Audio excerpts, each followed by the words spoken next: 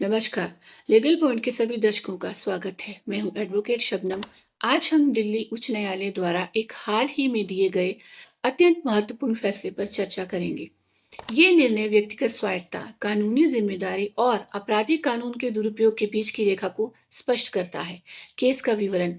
न्यायालय दिल्ली उच्च न्यायालय, केस संख्या CRL IEVP 1008/2024। न्यायाधीश माननीय डॉक्टर जस्टिस स्वर्णकांता शर्मा। फैसले की तारीख 16 फरवरी 2026। पक्षकार सुश्री ए, याचिकाकर्ता बनाम राज्य एवं अन्य प्रतिवादी। ये मामला एक महिला वकील द्वारा दर्ज कराई गई प्राथमिकी से संबंधित है। याचिकाकर्ता का आरोप था कि प्रतिवादी नंबर 2 ने अपनी धार्मिक पहचान छिपाकर यानी खुद को हिंदू बताकर उनके साथ संबंध बनाए और बाद में डरा धमकाकर निकाह और हिंदू रीति रिवाज से शादी की। उन्होंने बलात्कार धारा 376, अप्राकृतिक कृत्य धारा 377 और धोखाधड़ी जैसे गंभीर आरोप लगाए थे। निचली अदालत में सत्र न्यायालय ने प्रतिवादी को केवल मारपीट धारा 323 और धारा 325 के आरोपों के लिए ट्रायल पर रखा और बलात्कार एवं अन्य गंभीर धाराओं से मुक्त कर दिया। इसी आदेश के खिलाफ याचिकाकर्ता ने दिल्ली हाई कोर्ट का दरवाजा खटखटाया था। आगे बढ़ने से पहले अगर आपको हमारी ये जानकारी उपयोगी लग रही है तो कृपया लीगल पॉइंट चैनल को सब्सक्राइब करें, इस वीडियो को लाइक करें और बेल आइकन दबाना ना भूलें ताकि कानूनी अपडेट्स आपको मिलती रहें।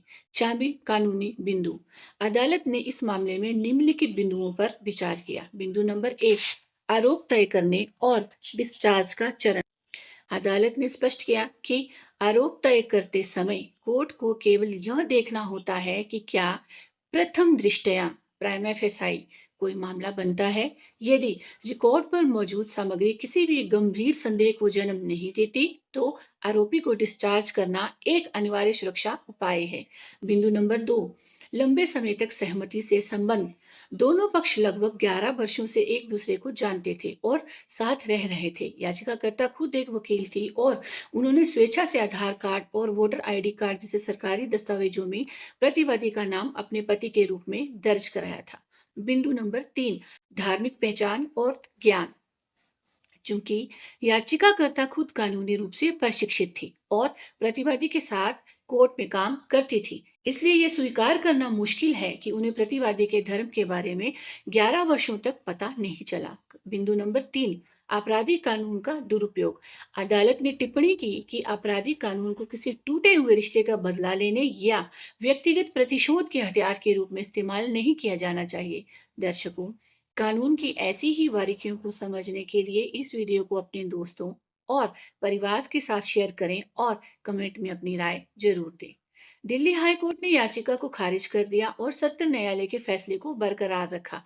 अदालत ने निष्कर्ष निकाला कि एक प्रतिवादी नंबर 2 को बलात्कार, अप्राकृतिक कृत्य और धोखाधड़ी जैसी धाराओं से मुक्त करना सही था क्योंकि उनके खिलाफ पर्याप्त सबूत नहीं थे। 2, प्रतिवादी केवल धारा 323 और 325 स्वैच्छिक रूप से चोट पहुंचाना के तहत मुकदमे का सामना करेगा क्योंकि मेडिकल रिपोर्ट में याचिकाकर्ता के हाथ में फ्रैक्चर पाया गया था। 3, व्यक्तिगत स्वायत्तता के साथ व्यक्तिगत जिम्मेदारी भी आती है। शिक्षित वयस्क अपने होशाहवास में लिए गए निर्णयों को बाद में आपराधिक मामला बनाकर नहीं मिटा सकते। आशा है कि आपको आज की ये जानकारी स्पष्ट और उपयोगी लगी होगी। जाने से पहले लीगल पॉइंट को लाइक करें, शेयर करें और सब्सक्राइब करना ना भूलें। अब मैं एडवोकेट शबनम आपसे विदा लेती हूँ। धन्यवाद।